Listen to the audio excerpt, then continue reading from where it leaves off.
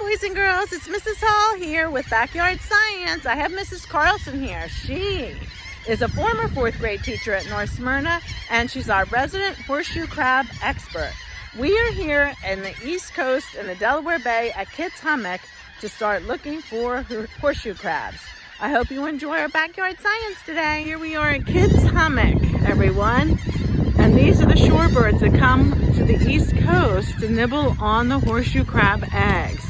They're quite enjoying it right now. We're going to get ready and look for some horseshoe crabs, that is. Here we have Miss Carlson. She's our horseshoe crab expert. And Miss Pechacek. And we're here to look at and investigate the horseshoe crabs today. They're all coming up on shore to lay their eggs.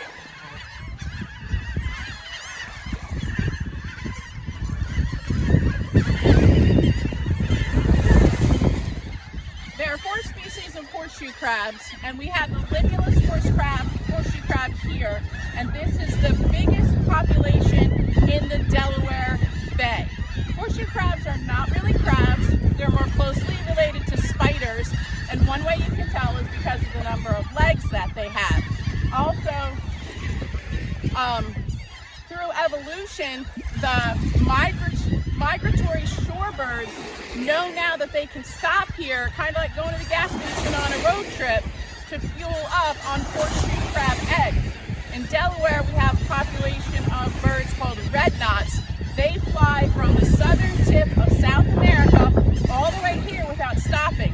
Then they stop here and fuel up and head on up to Canada.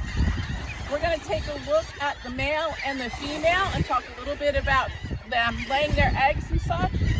Where'd they go? Well, this is a male horseshoe crab. And there's basically 2 ways to know that this is a male horseshoe crab. One way is because this set of pinchers right here is adapted. It looks like a boxing glove, and the edge of the female's shell fits right in there, so he can grab her at the back and she can pull him over the eggs as she lays them. The second way to know that this is a male is the front of the shell is arched up so that her shell fits underneath him. Looking at that tail can make you nervous, but it can't hurt you. Horseshoe crabs use this to flip themselves over. They like to swim upside down a lot, and it helps them to turn themselves like a rudder on a boat.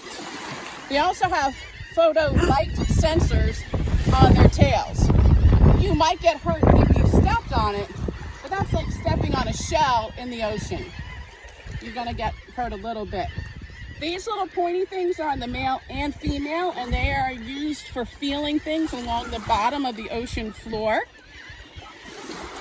These flaps are called book gills, and if we were to pull them back, you would see gills, much like fish have gills to breathe through. Don't think he's going to cooperate and show us the rest, though.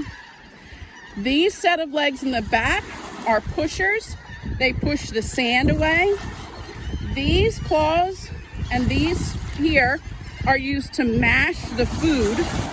And then these little set of pinchers right here are used to push the food into the mouth. If you look, the horseshoe crab mouth looks kind of like a toothbrush with lots of bristles, but it doesn't hurt me. Horseshoe crabs also have lots of eyes. They have a pair of eyes here, compound eyes. They have a pair of eyes here. There's another pair too up in here. They have a lot of photo light receptors so that they can tell when the sun is out or the moon is out. They use the full moon to help them all know when to come up here on the beach to meet each other and lay eggs. Go ahead. Female horseshoe crabs are bigger than males. They can get up to 2 feet long and 1 foot wide. You can see how he's attached and she's pulling him along. She'll lay a golf ball sized clump of green eggs, and then she'll drag him over it, and then they'll get fertilized. They'll hatch in 2 to 4 weeks, and the larvae don't have a tail. In 10 days, they will molt or shed for the first time, and then they'll get their tail. They'll hang out in this area for about 20 days, and then they'll head out to the ocean, and they'll stay there for 10 years until they're old enough to lay eggs of their own, and then they'll come back. Every time a female comes up here, she'll lay about 4,000 eggs. She'll come up here about 21 times. So do the math. 4,000 times 21. It's almost 100,000 eggs. Wow. Crabs will eat pretty much anything that they can find, but they really like bivalves, like clams, scallops, oysters. They'll eat algae. They love worms.